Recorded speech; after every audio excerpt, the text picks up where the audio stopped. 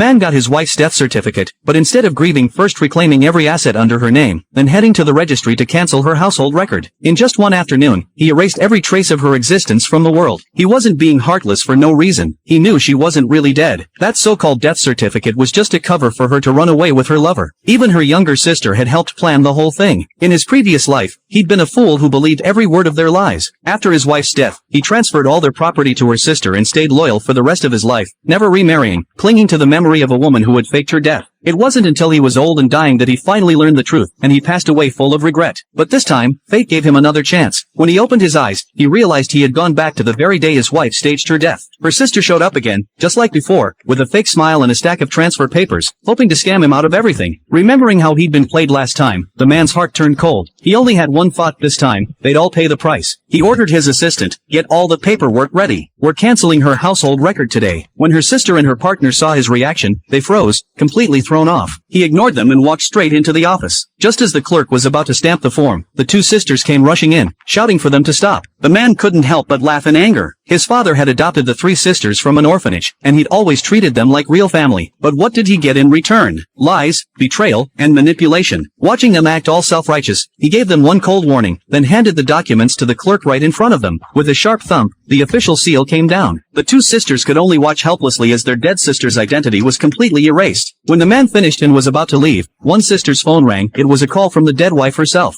As he listened to their conversation, he didn't get angry this time. Instead, a smile crept onto his face. When the sister hung up and tried to bluff that they'd handle it, she and the other sister chased after him to block his way. But before they could say a word, he spoke first. "Tomorrow I'll publish my wife's obituary," he said calmly, "and right next to it, a marriage notice." The sisters instantly lost it. "If you do that, our sister will never rest in peace." He slapped her hard. "What I do with my life," he said coldly, "is none of your damn business." The two sisters glared at him but backed off, hissing that this isn't over, before storming away. That night, his father heard about his plan to remarry and suggested the daughter of the Jung family. When the man opened the envelope and saw her photo, he froze. It was the same woman who'd once loved him deeply. In his past life, he'd spent decades being faithful to a woman who had faked her death, while the Jung family's daughter had stayed single for him until the day she died. This time, he swore to make things right. When the day came for her to return to the country, he personally went to the airport to meet her. But just as he was about to see her, someone unexpected showed up, his dead wife. She stormed up to him, eyes blazing. "How dare you disrespect my sisters?" she snapped. Then, right on cue, the two sisters joined in. "I fell off a cliff but survived," she said dramatically. "I hit my head and lost my memory. The driver beside me saved my life. He's your savior too." She even tried to pull the driver inside the house. The man snapped his fingers, and his bodyguards immediately stepped in to block them. Instead of panicking, she acted even more self-righteous. "I might not remember you," she said, "but legally, I'm still your wife. That means this driver is our savior. Treating us like this is not just cold, it's ungrateful." Watching her put on that performance, the man couldn't help but laugh coldly. If he hadn't been reborn, maybe he'd have fallen for her act again. But now, he wasn't the same man. He looked her straight in the eye and said, "We're divorced, and this is my house. So do me a favor, get the hell out."